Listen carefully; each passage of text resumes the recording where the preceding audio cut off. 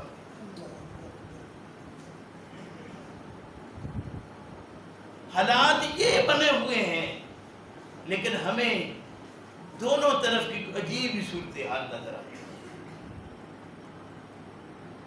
کام ایک نہیں۔ ابھی میں مسجد میں داخل ہوا، بات ہو رہی تھی کہ اللہ کی ماننی ہے، اللہ کو ماننا ہے تو اللہ کی مانو، محمد رسول اللہ کو ماننا ہے تو ان کی مانو۔ کہاں مانی جا رہی ہے اللہ اور اس کے رسول صلی اللہ علیہ وسلم؟ کہیں وہ سلسلہ تو نظر ہی نہیں آتا۔ اور آج کے سبق میں جو وَلَئِن بَقَئِكِم مِّن دَابَّةٍ لَا تَحْمِلُ رِزْقَهَا اللَّهُ يَرْزُقُهَا وَإِيَّاكُمْ۔ تجھے ایک اتنی بات کی زندگی میں اگر سمجھ نہیں آئی تو اس سٹیج پر کھڑے ہونے کا حق تجھے دیا کس نے ہے؟ اللہ یرزقها، اللہ وہ ذات ہے جو ان کے رزق کا بندوبست کرنے والا ہے، وَإِيَّاكُمْ، اور تیرے بھی رزق کا بندوبست کرنے والا اللہ ہے۔ تو نے خود کو کیسے سمجھ لیا کہ میں اپنے رزق کا انتظام خود کرنے والا ہوں؟ ذرائع اختیار کرتا لیکن رزق پھر اللہ کے پاس۔ انہیں کے متعلق اللہ رب کریم نے ارشاد فرمایا تھا کہ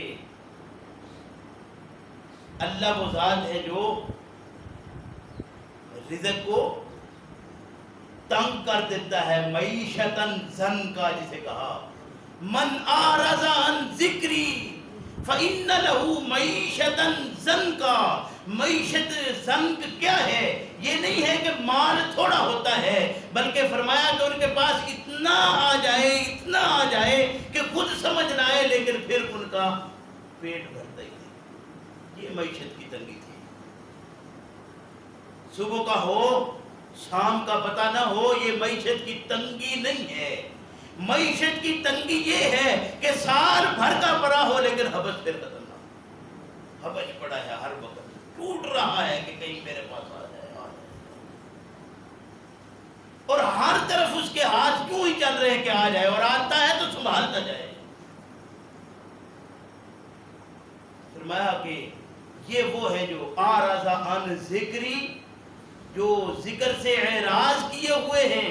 وہ قرآن پڑھنے والے ہوں، قرآن خوانی کرنے والے ہوں، رات بھر میں شبینے کرنے والے ہوں، وہ ہر وقت تسبیح لے کر سبحان اللہ اور اللہ اکبر کا ورد کرنے والے ہوں، وہ ہر وقت مستقل اٹھتے بیٹھتے صبح و شام ہر موقع پر وہ اللہ توبہ کرنے والے ہوں. اگر ان کے یہ حبش ختم نہیں ہو رہا تو سمجھ لیجئے کہ یہ اللہ کا حکم جو ہے وہ ان کے اوپر ثابت ہے کہ یہ اللہ کے ذکر سے اعراض کیے ہوئے ہیں. اللہ کے ذکر سے اعراض یہ نہیں ہے کہ کوئی سبحان اللہ یا اللہ اکبر کا ورد کر رہا ہے یا نہیں، یہ نہیں بات تھی. بات یہ تھی کہ اس کا اعتماد اور اعتقاد کتنا ہے اللہ رب کریم کی ذات پر. فکر ختم ہی نہ ہو، ہر وقت فکر نہیں پڑا رہے. فکر بھی کون سا؟ جس کی ذمہ داری اس کی نہیں. اللہ یرزقها وإیاکم، وہ جانوروں کو اللہ رزق دیتا ہے، اللہ تجھے بھی رزق دینے والا ہے، تو تو اپنا یہ اتنا فکر کیوں کر بیٹھا ہے؟ فرمایا وَهُوَ السَّمِيعُ الْعَلِيمُ، وہ سننے والا بھی ہے اور جاننے والا بھی. وہ جب تیری مناجات اس کے سامنے جاتی ہیں وہ سنتا ہے اور جانتا بھی ہے. بڑی عجیب بات ہے کہ رزق کا سارا انتظام اس نے اپنے پاس رکھا ہوا ہے، اور ہم یہ کہتے ہیں کہ وہ مسبب الاسباب ہے. وہ اسباب خود بنا لیتا ہے، اسباب پیدا خود کر لیتا ہے. اور دوسری طرف ایک جملہ ہمارے ہاں ہے کہ وہ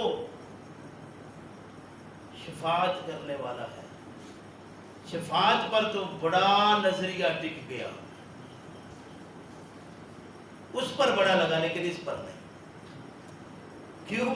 اس لیے کہ یہ قریب نظر آ رہا ہے کہ پتہ نہیں. وہ ایسی چیز ہے کہ کبھی جائے گا واپس آئے گا ہی نہیں، آئے گا نہیں تو بتائے گا نہیں. ظاہر ہے کہ جو آ کر واپس بتانے والا نہیں، اس کے متعلق جو چاہو تم کہہ لو. نظریہ ہے نا، بنا لو.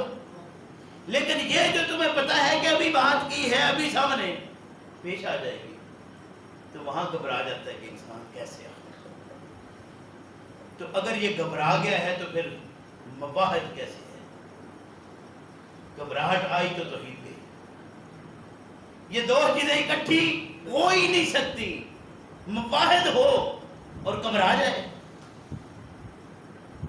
مواحد ہو، اللہ کی توحید پر یقین رکھنے والا ہو، اللہ کو ایک ماننے والا ہو، اور پھر اندر خوف بھی رکھتا ہو، زمانے کا ڈر بھی ہو. تو ظاہر ہے ڈر ہمیشہ طاقتور کا ہوتا ہے. تو جب یہ طاقتور ہمیں نظر آ جائیں، جو ڈرا جائیں ہمیں، وہ مال کے لحاظ سے ہوں، عزت کے لحاظ سے ہوں، اقتدار کے لحاظ سے ہوں، سیاست کے لحاظ سے ہوں، علم کے لحاظ سے ہوں، جب بھی کوئی ڈر آپ کے اندر آ گیا تو سمجھ لیجئے کہ وہاں سے توحید ہے. اللہ کی وحدانیت پر وہ سننے والا اور جاننے والا ہے. وہ جانتا ہے کہ تو کیا کر رہا ہے. تیری مناجات جو زبان سے ہیں وہ سن رہا ہے، جو تو کر رہا ہے اس کو وہ جانتا ہے. تو نتائج اس کے پاس ہیں، وہ نتیجہ تجھے دے گا. ہاں تیرا نظریہ صحیح ہو، کردار میں عمل میں کوتاہی آ گئی، سوچ سمجھ کر صحیح قدم اٹھایا، لیکن کوئی ایسا معاملہ غلط ہوا کہ نتیجہ غلط بھگتنا پڑ گیا، تو وہ نتائج نتی ہیں عمل کے ساتھ اللہ سے مغفرت، اللہ سے معافی طلب کرنا ہے۔ اور کوئی اس میں شک والی بات نہیں، رسول اکرم صلی اللہ علیہ وسلم خود موجود ہیں،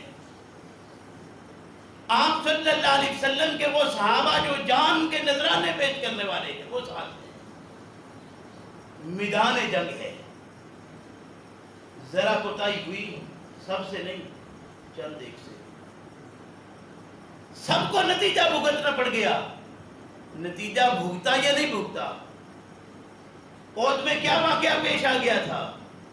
آخر یہ بات کیوں بتائی گئی؟ صرف اس لیے کہ قوم کے لوگوں یاد رکھو، غلطی قوم میں کسی فرد سے ہو، قوم کو بعض اوقات اس کا خمیازہ بھگتنا پڑ جاتا ہے، اور جب قوم کو خمیازہ بھگتنا پڑ جائے تو پھر اس کے بعد یہ نہ سمجھے کہ اب بھی وقت ہے قدم جما لو۔ والرسول یدعوکم فی اخراکم، رسول اللہ صلی اللہ علیہ وسلم خود موجود ہیں اور بلا رہے ہیں کہ واپس آؤ، آؤ اکٹھے ہو جاؤ، متحد ہو جاؤ، اور تمہارا اتحاد پھر تمہیں واپس اصل پوزیشن میں لے آئے گا۔ مومن ہو تو یہ تھوڑی بہت تکلیف آ جانا کوئی اس میں گھبرانے یا پریشانی کی بات نہیں ہوتی۔ انسان جہاں سمجھتا ہے کہ میری عزت گئی، اسے علم نہیں کہ اللہ اس کی عزت کیسے نہ ہوتا ہے،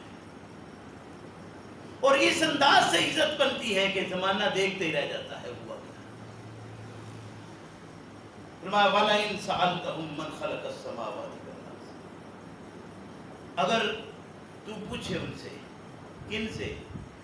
ان مشرکوں سے پوچھ لو، غیروں سے پوچھ لو، اپنے تو تم کہتے ہی ہو، اگر تم سے کوئی پوچھے یا ہمارے اپنے اندر کی بات ہو تو پھر تو ہم ویسے ہی کہتے ہیں کہ زمین و آسمان کا پیدا کرنے والا۔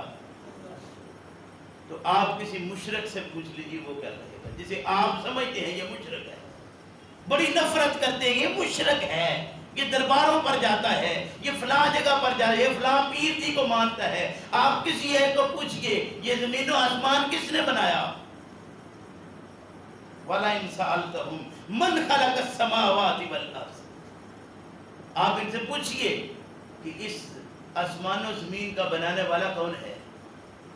وَسَخَّرَ الشَّمْسَ وَالْقَمَرَ، یہ سورج اور چاند کو تسخیر کرنے والا، مسخر کرنے والا، آگے پیچھے چلانے والا، برابر طریقے سے کہ کبھی چاند گھٹتا جاتا ہے، کبھی سورج بڑھتا چلا جا رہا ہے، کبھی سورج کم ہو رہا ہے، دن کم ہو رہا ہے، رات بڑھتی چلی جا رہی ہے۔ یہ سارا نظام جو بنانے والا ہے وہ کون ہے؟ اس کو تسخیر کس نے کیا ہے؟ کہ کبھی ایسا نہیں ہوا کہ کبھی بھاگ کر چاند نے سورج کو لپیٹ میں لے لیا ہو یا اس کے اندر داخل ہو گیا ہو، یا سورج کبھی بہت بڑا ہے تو چاند کو اپنی لپیٹ میں لے لے، کبھی ایسا۔ جب یہ ہوگا تو کیا ہوگا؟ نظام درم برم ہوگا، دنیا کا سسٹم ختم ہو جائے گا۔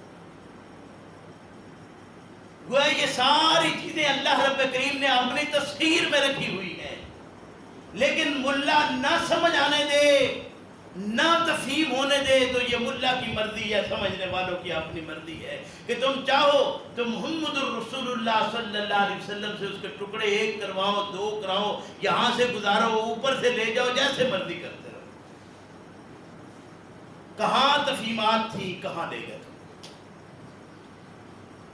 لیکن قوم کو گمراہ کرنے کے لیے ذرائع ایسے اختیار کر دیے کہ اب واپس لانے کی کوئی صورت نظر نہیں۔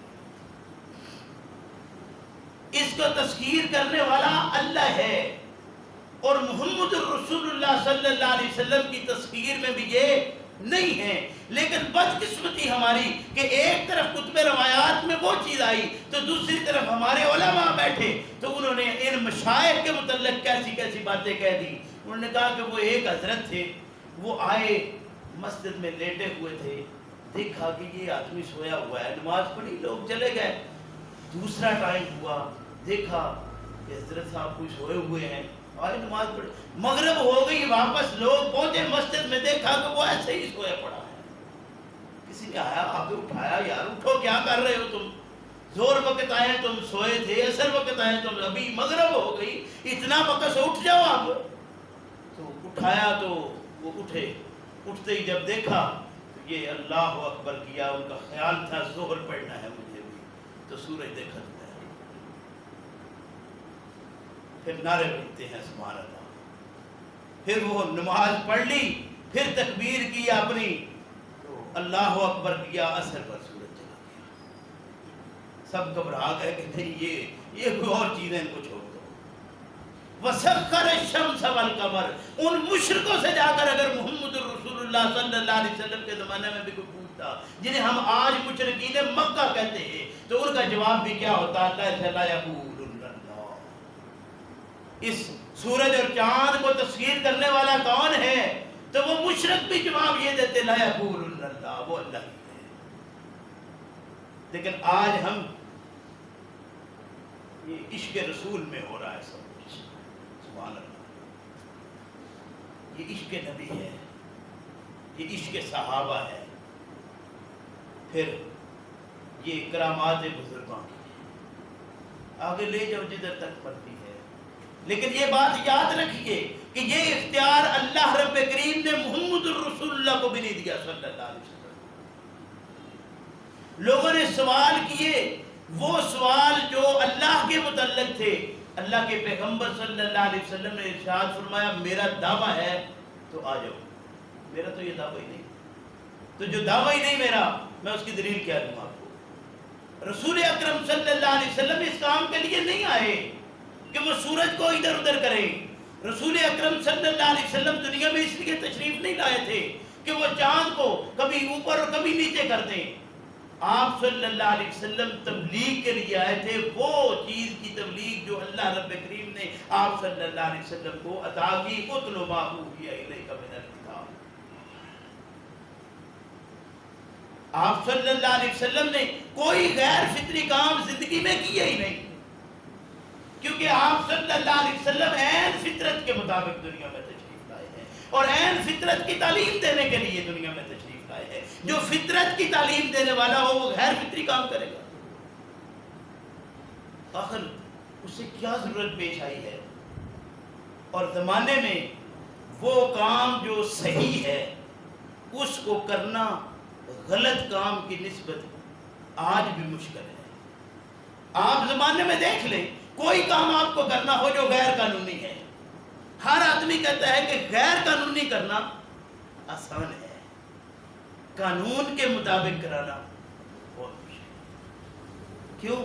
اس لیے کہ بے شمار رکاوٹیں راستے میں آئیں گی، کیا کریں گے؟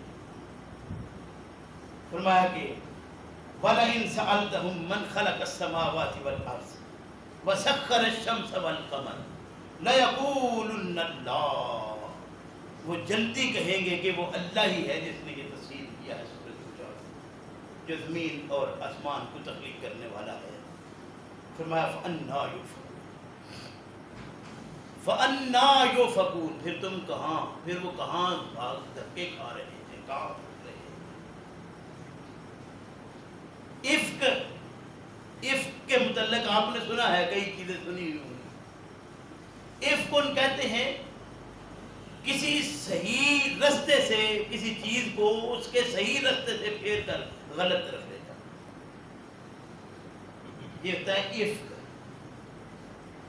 کسی چیز کو صحیح رستے سے ہٹا کر غلط رستے پر لگا دینا، عفق کہلاتا ہے. عفق اور یہ ایک عفق ہوتا ہے اور ایک وہ چیز ہے جو کسی کوئی کام کرنے والا ہے تو غلط ہے، غلط کام کسی نے کیا ہے اس کے متعلق بات کی جائے جس کے متعلق اللہ رب کریم نے ارشاد فرمایا کہ یہ ایسے ہے جیسے مردہ بھائی کا گوشت کھانا ہے. اور دوسری چیز تھی بہتان. بہتان اور عفق ایک ہی چیز ہے، یعنی کسی چیز کو صحیح رستے سے پھیر کر غلط رستے پر لگا دینا. بہتان بھی یہی ہے کہ ایک چیز نہیں ہے کسی میں، اس کو اس کے ذمہ لگا دیا جائے. تو یہ عفق کیا ہے؟ صحیح رستے سے پھیر کر، یعنی سچائی کو جھوٹ بنا کر پیش کر دینا. جھوٹ کو سچا کر کے دکھا دینا، اچھے کو برا کر کے دکھا دینا اور برے کو اچھا کر کے دکھا دینا۔ ہمارے زمانے میں ایک خاص طبقہ ہے جو اس کام کے لیے معروف ہے کہ سچ کو جھوٹ کرنا ہو ان کے لیے کوئی مشکل نہیں، وہ اوپر کالا کوٹ پہنا دیا صرف اسی کام کے لیے کہ جتنا چاہتے ہو ان سے کروا لو، جو چاہتے ہو کرواؤ۔ ہر اچھے کو برے میں تبدیل کروانا ہے، کوئی دیر نہیں لگے گی۔ ہر جھوٹ کو سچ کر کے آپ کو دکھا دیں گے اور ہر سچے کو جھوٹا کر کے دکھا دیں گے۔ کام ہی یہ ہے، جھوٹو جھوٹ جتائی، کام ہی کوئی نہیں اور اس کے سوا، صرف جھوٹ پر مبنی۔ اللہ ارشاد فرماتے ہیں فَأَنَّا يُؤْفَكُونَ، تو کہاں تک کے کھا رہے ہو، کدھر بھٹک رہے ہو؟ یعنی صحیح رستہ کیا تھا؟ یہ جانتے ہو کہ یہ اللہ کا معاملہ ہے کہ زمین و آسمان کی تخلیق اس نے کی ہے، اس کے اندر جو یہ نظام چل رہا ہے فلکی، یہ سارے کا سارا چلانے والا وہ اللہ کی ذات ہے، تو تم کہاں تک کے کھا رہے ہو؟ بات کس کی تھی؟ رزق کی۔ تو یہ سارا نظام چلانے والا اللہ، وہ اتنا بڑا نظام سارا وہ چلا رہا ہے، تیرے رزق کا پھیر اس میں نہیں آتا، وہ تو خود پھیرنے والا ہے۔ کتنی سوچنے کی بات۔ کہاں فَأَنَّا يُؤْفَكُونَ، کہاں تک کے کھا رہے ہو؟ واپس آ جاؤ اور اس بات کی طرف لگ جاؤ کہ تمہیں صحیح رستے کی تلاش کرنا ہے، اس صحیح رستے کی تلاش میں جو اللہ رب کریم نے تیرے لیے لکھا ہے تجھے ملے گا۔ لیکن شارٹ کٹ استعمال کیا، غلط رستہ اختیار کیا، دھوکے کے ساتھ، فراڈ کے ساتھ، جھوٹ جو بولتا ہے اور مال فراڈ کرتا ہے، مال جاتا ہے، غلط بیانی کرتا ہے، مال بٹورتا ہے، ملاوٹ کرتا ہے، مال بڑھاتا ہے۔ کام کس لگا ہوا ہے کہ میں مال بڑھا لوں؟ تو وہ جو بھی غلط رستہ اختیار کر رہا ہے اس لیے کہ میں مال بڑھا لوں، اللہ کے علم میں نہیں ہے، وہ یہ غلط جگہ ہے جہاں پہ یہ دھکے کھا رہا ہے۔ حقیقت کی طرف آتا تو اس بات کی فکر نہ ہوتی کہ مجھے کھانا کہاں سے، میرے رزق کا بندوبست کہاں سے ہوگا، جہاں سے ہوگا بہترین۔ فرمایا کہ اللہ یبسط الرزق لمن یشاء، اللہ وہ ذات ہے یبسط الرزق لمن یشاء، جس نے کشادہ کر دیا ہے، کھول دیا ہے رزق کو جس کے لیے اس نے چاہا، من عبادہ ہی، اپنے بندوں میں سے، وَيَقْدِرُ لَهُ، اور مقدور بھر کر دیا ہے اس کو جس کے لیے چاہا ہے۔ گویا جس کو رزق کی فراوانی کی ہے جس کے لیے، وہ بھی مارز آزمائش میں ہے۔ جس کے لیے وہ رزق ذرا کم ہو گیا ہے وہ بھی مارز آزمائش میں ہے۔ دونوں کو آزما رہا ہے اللہ رب کریم، رزق دے کر بھی آزمائش میں، رزق کم کر کے بھی، کھول کر، کشادہ کر کے، بڑھا کر، زیادہ دے کر بھی آزمائش میں مبتلا کیا ہے کہ جو تجھے دیا ہے اس میں تو جن جن کا حصہ ہے وہ ادا کر رہا ہے یا نہیں کر رہا۔ اس زمانے میں کوئی شخص دنیا میں آیا ہو اور رزق اتنا تنگ ہو اس کا کہ وہ نان جمی پورا نہ کر سکے، اس کا مطلب ہے اس کا رزق آیا ہوا ہے کسی نے دبایا ہوا ہے۔ جس نے دبایا ہے وہ مارد آزمائش میں نہیں، اور جس کا دب گیا ہے وہ بھی مارد آزمائش میں ہے کہ تجھے جو ملا ہے اس پر تو نے قناعت کی ہے، صبر و ثبات سے کام لیا یا نہیں، واویلا کیا۔ صبر و ثبات کیا تھا؟ یعنی تو اپنی تلاش میں صحیح طریقے سے چلتا رہا یا نہیں چلتا رہا؟ کیا تجھے رزق کی فکر نے حقائق سے دور کر دیا؟ گویا یہ بات بھی لازم کر دی کہ رزق کا تعلق علم کے ساتھ نہیں رکھا، رزق کا تعلق دین کے ساتھ نہیں رکھا کہ جو دین والا ہے رزق زیادہ ملے گا، جو اللہ کی کتاب کو زیادہ پڑھے گا علم زیادہ ملے گا اور ساتھ رزق بھی زیادہ ملے گا۔ یہ علم کے ساتھ رزق کو جوڑا نہیں۔ ہمارا علم سے اور خصوصاً یہ علم سیکھنے والا کا ہٹتا ہی نہیں۔ کیسی عجیب بات ہے کہ اللہ نے اس کے ساتھ جوڑا نہیں، اور دنیا میں معاشرے نے اس انداز سے اس کو کر دیا کہ جس نے اس کے ساتھ لو لگا لی وہ رزق سے پیچھے ہٹتا ہی نہیں، کہتا ہے کہ کھانا کہاں سے، کسی عجیب سوچ تھی، بالکل دین کے مخالف معاملہ۔ فرمایا کہ اللہ یبسط الرزق لمن یشاء من عبادہ ویقدر له ان اللہ بکل شیء علیم، بلا شبہ اللہ ہر چیز کو اپنے احاطہ علم میں رکھے ہوئے ہے، اللہ جانتا ہے۔ کہتے ہیں کہ کوئی کہا کرتا تھا کہ یار اللہ کے حکم سے سب کچھ ہو رہا ہے، اللہ کے حکم سے، یہ اللہ کے حکم سے۔ وہ یوں بیان کر کے باہر نکلا تو ایک آدمی پیچھے سے دوڑتا ہوا آیا، اس نے آ کے تھپڑ مارا اسے، پیچھے مڑ کے دیکھا، کہتے ہیں آپ نے کہا کہ ہر کام اللہ کے حکم سے ہے، اللہ کے علم میں ہے، تو اب یہ پیچھے مڑ کے کیوں دیکھا آپ نے؟ کہا میں نے دیکھا کہ تھپڑ تو میرے مقدر میں لکھا ہوا تھا، منہ کالا ہونا کس کا لکھا تھا؟ دیکھنا یہ تھا کہ منہ کالا کس کا لکھا ہے۔ میرے بھائی اللہ رب کریم نے رزق دیا ہے تو یہ بات سمجھ لیجئے کہ رزق دے کر اس نے مارد آزمائش میں رکھا ہے کہ تو اس کو سنبھال کر بیٹھ گیا ہے، سانپ بن کے بیٹھ گیا ہے، تو نے اپنا سمجھ کر اس کو روک لیا ہے، یا جس کا دیا ہوا تھا اس کے بندوں میں تقسیم کر دیا۔ کہنے کو بڑا آسان ہے، اللہ کے پیغمبر صلی اللہ علیہ وسلم کا یہ ارشاد فرمایا کہ میرے پاس بہت پہاڑ کے برابر سونا ہو، عام معروف بات ہے، سنی ہوئی، 3 دن نہ گزرے کہ محمد کے پاس صلی اللہ علیہ وسلم کے 3 اشرفیاں بھی باقی نہ ہو، سارے تقسیم ہو چکا ہوتا۔ لیکن یہ کہنا تھا صرف، یہ جتنے خزانے بھر کے بیٹھے ہوئے ہیں یہ لمبی لمبی داڑیاں رکھ کے، انہوں نے یہ حدیث نہیں پڑھی، وہ سناتے بھی ہیں، پڑھی صرف نہیں، اپنے سٹیجوں پر بیان کرتے ہیں، لیکن عمل کہاں گیا؟ اگر عمل نہیں تو نتیجہ آخر وہ نتیجہ کہاں سے ملے، کیسے آئے؟ یہ آج جو سمجھتے ہیں کہ ہم نے دین کے نام پر جماعتیں بنائی ہیں، ان جماعتوں کے جو سربراہان ہیں وہ اپنا کبھی یہ سا کریں کہ یہ مال دولت رزق جو ہے، کبھی پیچھے جا کر دیکھیے کہ یہ بیان کرنا بڑا آسان ہے کہ ابو بکر کی عمر زندگی کیسی تھی، عمر کی کیسی تھی، عثمان کی کیسی تھی، علی کی کیسی تھی، کہنا بہت آسان ہے۔ ذرا بتائیے تو صحیح کہ ابو بکر صدیق جو کبھی مکے میں تاجر تھا کپڑے کا، آج مدینے میں اس کو نبوت کہاں گئی کہ پیچھے فوری طور پر منصب پر بٹھا دیا گیا؟ کون سا منصب تھا؟ یہ خلافت کا منصب ہے، خلیفہ وقت ہیں، اور خلیفہ وقت بنے ہیں تو صورتحال کیا ہے؟ اپنے پاس کچھ نہیں کھانے کو رکھا۔ عمر کو دیکھ لو، لوگ چھپ چھپ کر دیکھتے ہیں کہ عمر کھاتا کیا ہے، حاکم وقت ہے، بڑے گھر کا بیٹا ہے، یہ اس نے پرورش پائی تھی بڑے خاندان کے اندر،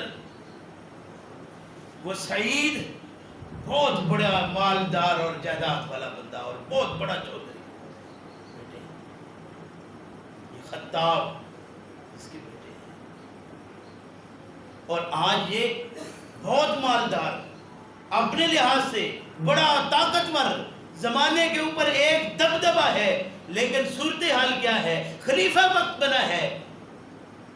یہ کہتے ہیں کہ ہماری جماعت اسلام کی جماعت ہے، تو یہ اسلام کا خلیفہ یہ بنا تھا، یہ لیڈر بنا تھا اسلام کا، اسلام کا لیڈر بنا، لوگ چھپ چھپ کر دیکھتے ہیں۔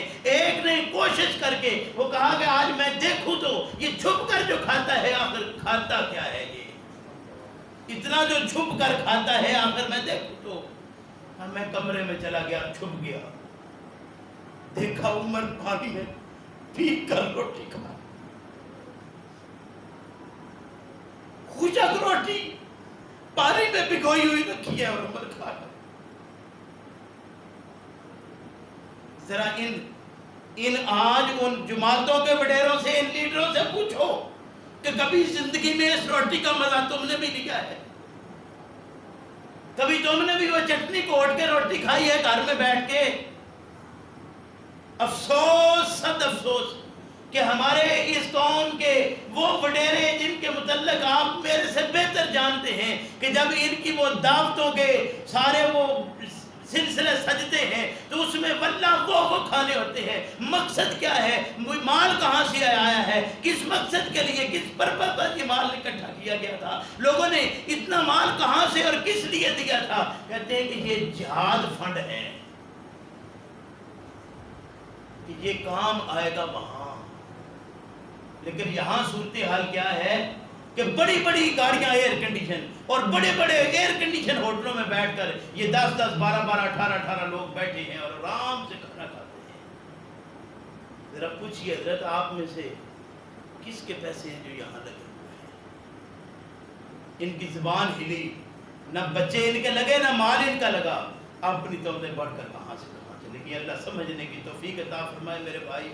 یہ معاملہ ایسا ہے کھانے کا کہ اللہ رب کریم نے دین کے ساتھ اسے اٹیچ نہیں کیا. خدا کے لیے اپنے معاشرے میں جب تک اس کو اس سے الگ نہیں کریں گے اس وقت تک دین کی سمجھ نہیں آئے گی. اللہ مجھے آپ کو